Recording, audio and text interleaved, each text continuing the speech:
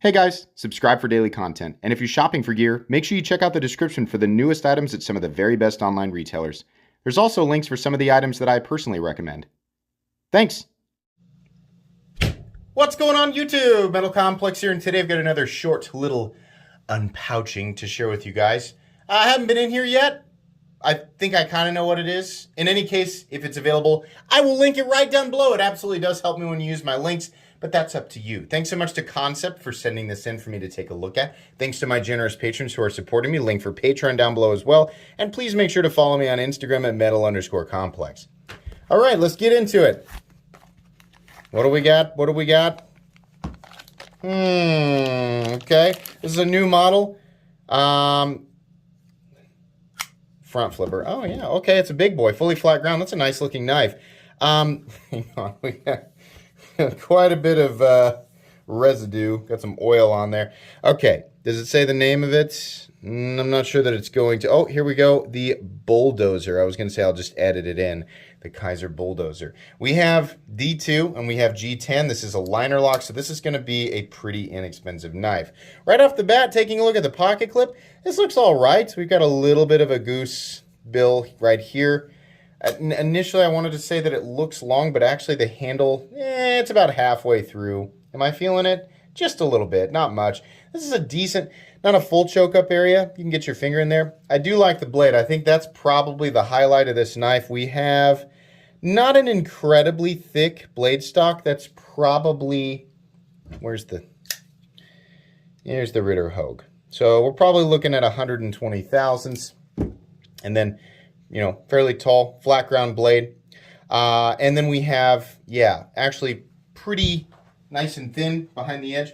I been doing this paper cut test here lately, which doesn't really prove anything. I just like to kind of see how the blade passes through paper. Pretty good. Definitely a slice, not a tear. Yeah, that's pretty effortless. So, yeah, I like that one a lot. Actually, I really like how it looks. Now, this whole time I've been hesitant to say reverse tanto because the freaking, you know, the blade-shaped scholar's like, actually, in order for it to be reverse tanto, you must sacrifice some box of Cheerios in the light of the full moon, and that's the only one back when the ancient civilizations determined how reverse Shut up! The friggin' blade-shaped thing is absolutely ridiculous. I'm at the point now where I'm honestly, as a reviewer, have been tempted to just say random things without, you know, making like without indicating that it's a joke during a review, because we have so many people who disagree on the exact definition for things, right? So, whatever you feel like this is, whatever your feelies tell you that this is, right? Saturday afternoon octopus cartwheel parade, right? If that's what you want to call it, then call it that, right? I don't, at this point, it's hard for me to care. If you're new and you're wondering, wow, where's all this weird sort of, it's like passive aggressiveness turned surface aggression, right? It's because anytime I show a Warncliffe on screen, like there's somebody who just has to dissect what the actual definition is, right? And you don't have to take my word for it. Just for bringing this up, look down in the comments section, right? It's there. And if it's not there, it means that somebody deleted it mid-paragraph because I was calling him out on it, right? But yeah, this is a nice looking blade. You have definitely a tip, like a plenty good tip for puncturing packages or whatever it is that you're going to cut with this, right? The spine, not sharp. I mean, 90-degree angle, so if you need to, you know, strike flint off it or whatever.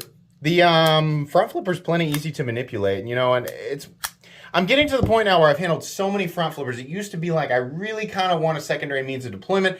I don't want it to be dedicated front flipper, and I am still in that boat. I don't like it when knives are dedicated to just the front flipping, you know, operation. To anybody who's like, I don't like it because I have to fumble, or the more you play with them, the easier it gets. It's just like anything, right? There was a time where thumb studs were considered a newfangled way to open your knife. Why do I need to open it with one hand when I can slowly, over the course of a sultry summer afternoon, open it with two hands? Yeah. Buck 110 owners.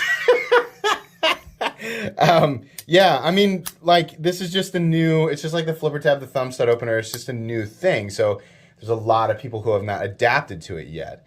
But it's fine. I still, it'd be nice to have a secondary means of deployment, maybe a thumb stud or something like that, but this works pretty well.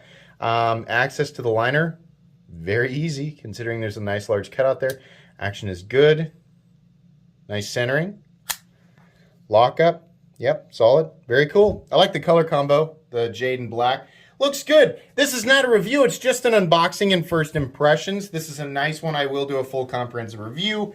Anybody who wants more detail can get it here in just a few weeks. In the meantime, I'll make sure that this is linked down in the description so you can check it out.